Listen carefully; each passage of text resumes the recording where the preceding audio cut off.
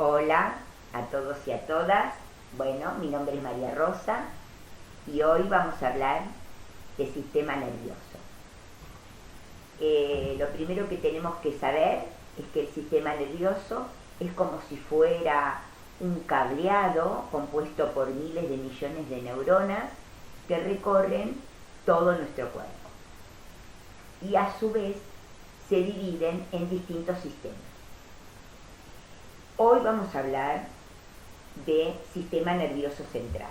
Y lo primero que vamos a decir es que el sistema nervioso se divide primero en sistema nervioso central y sistema nervioso periférico.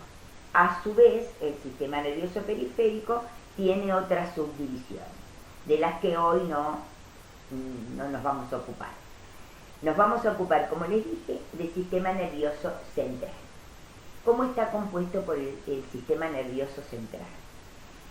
Está compuesto por el encéfalo y la médula espinal.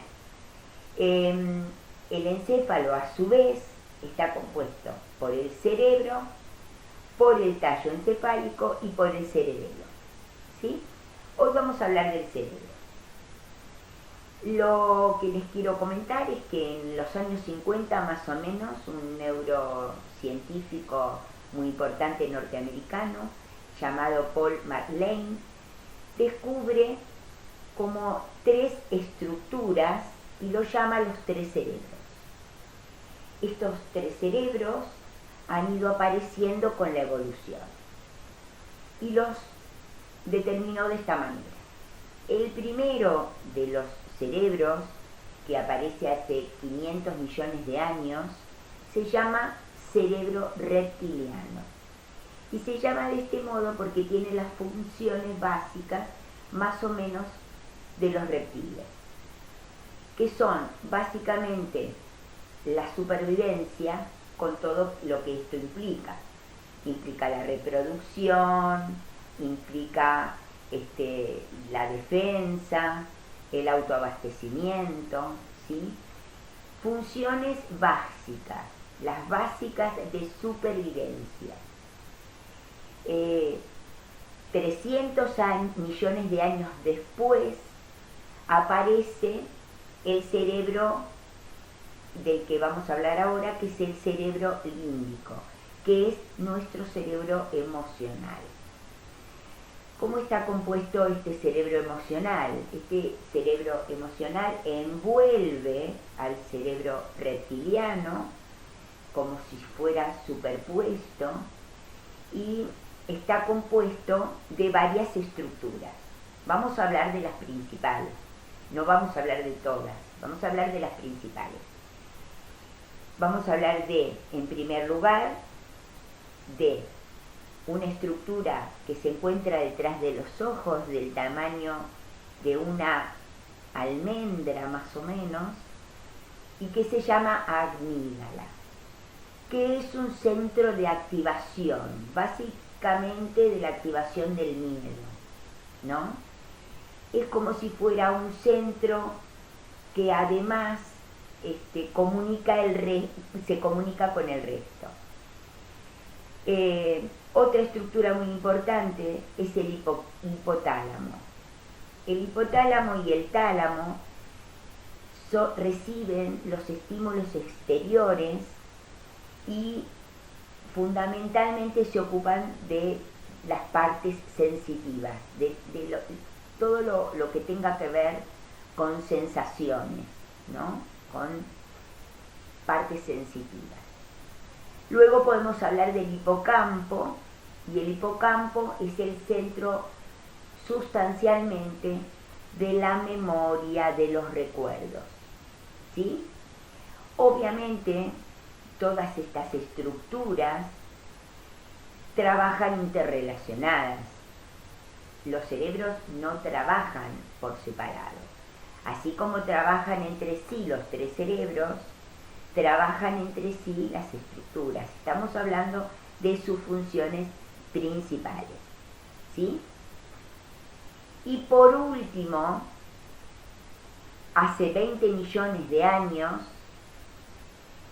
se conforma lo que llamamos neocortes o corteza cerebral, que es una estructura de materia gris de aproximadamente 3 milímetros con pliegues que rodea el cerebro límbico, teniendo como principal estructura la parte prefrontal, que está relacionada con las emociones y con el control de los impulsos, por ejemplo. La corteza cerebral tiene como función principal todas las funciones más evolutivas, y podemos decir que el humano es el único que puede tener todas esas funciones.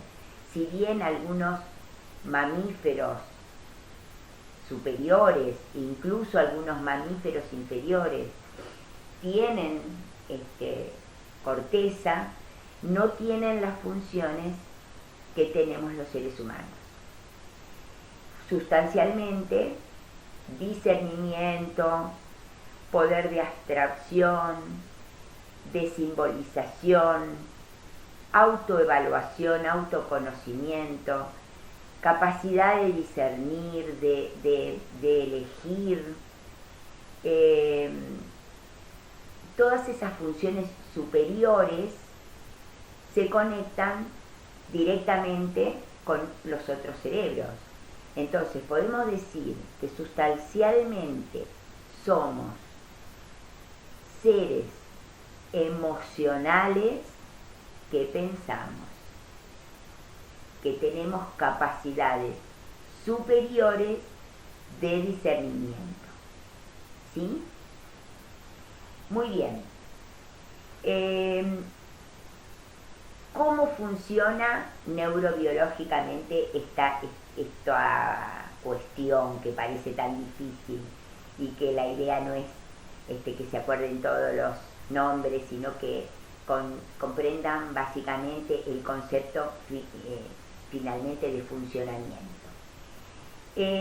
A través de neuronas, ¿sí? Y de redes neuronales. Estas neuronas, que tienen un formato muy particular, compuesto de un núcleo, de un cuerpo calloso y de una colita que se llama axón, y que termina en unas ramificaciones que se llaman dendritas. Estas neuronas tienen la capacidad de sintetizar en su interior neurotransmisores, que son sustancias químicas que son como, imaginemos una cosa parecida, las neuronas serían los mensajeros y los neurotransmisores serían los mensajes, ¿no? Entonces, las neuronas, conectándose entre sí,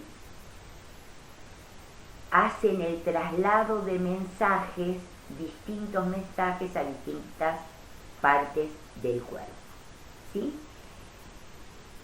¿Cómo se conectan estas neuronas?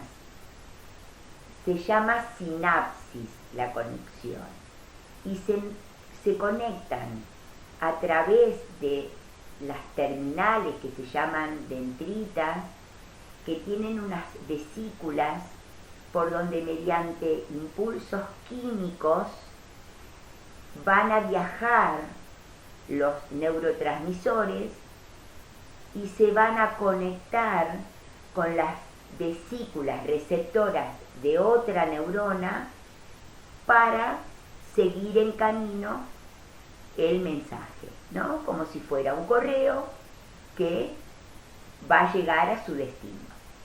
A través de ese proceso es que se envían los mensajes emocionales, ¿se entiende? Y otro tipo de mensajes. Cada neurona tiene una función especial, y cada neurotransmisor funciones diferentes.